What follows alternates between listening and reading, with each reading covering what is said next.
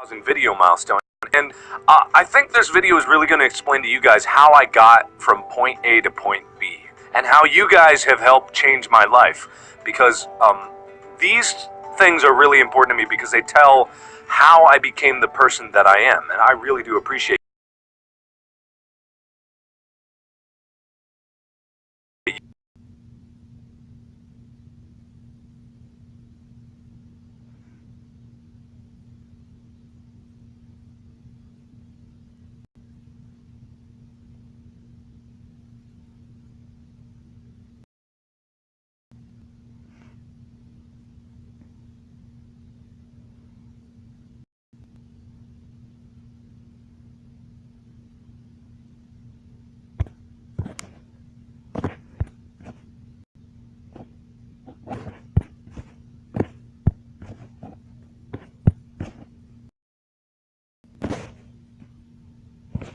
He met my mom.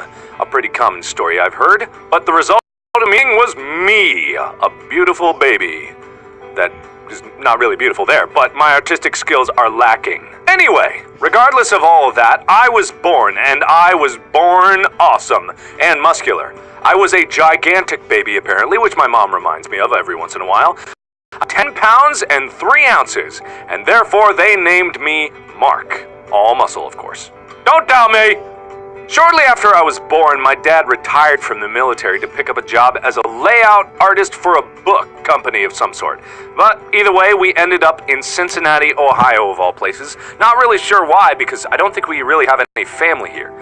Either way, we moved into this really amazing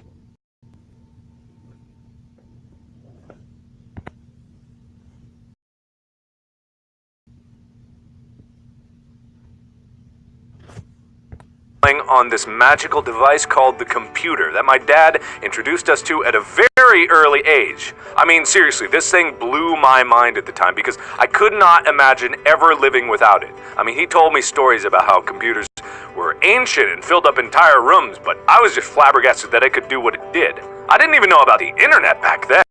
There were a few games on the computer, but the real experience that I got from gaming came from the Super Nintendo system that my brother got for Christmas. I mean, this thing was the reason that me and my brother are so close today, because we played so many games together with it. That's my brother over on the left. His name is Tom, and that's me on the right. As you can tell, I am still more awesome, but he's a pretty cool guy, and I don't think I'd be who I am today without him.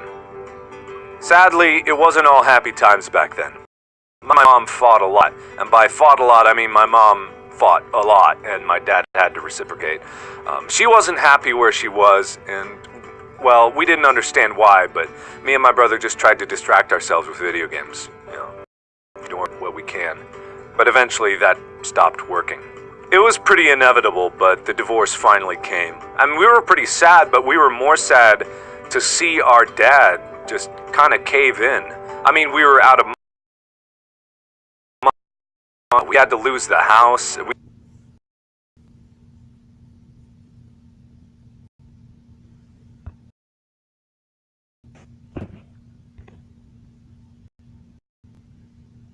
This will make more sense later, but as I mentioned before, I was a dumb kid. When we moved out of the house, I could no longer go to the private school.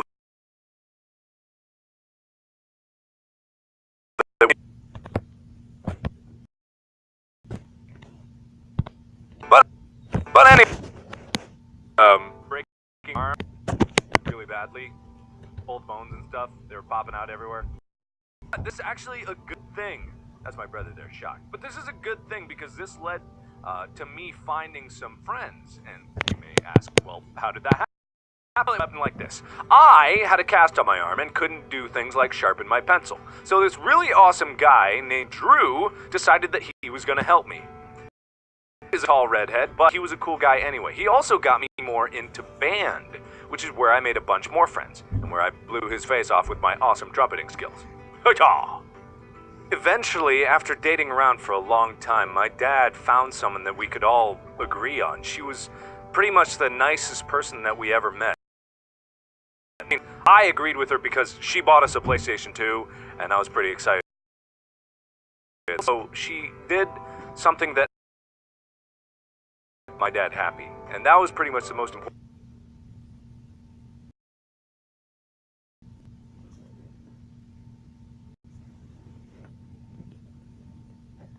stuff of a relationship and making out and stuff. It's pretty cool. And all in all, things were looking up from that period where we did.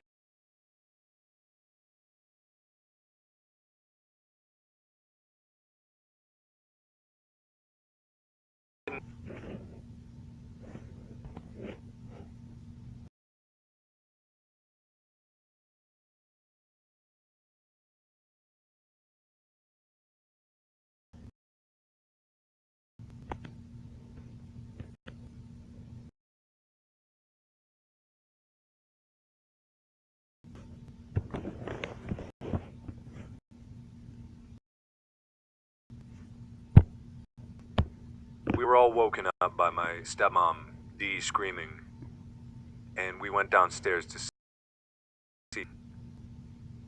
And the last words that he said to me were, "I love you so much." And I held my dad's hand as he died.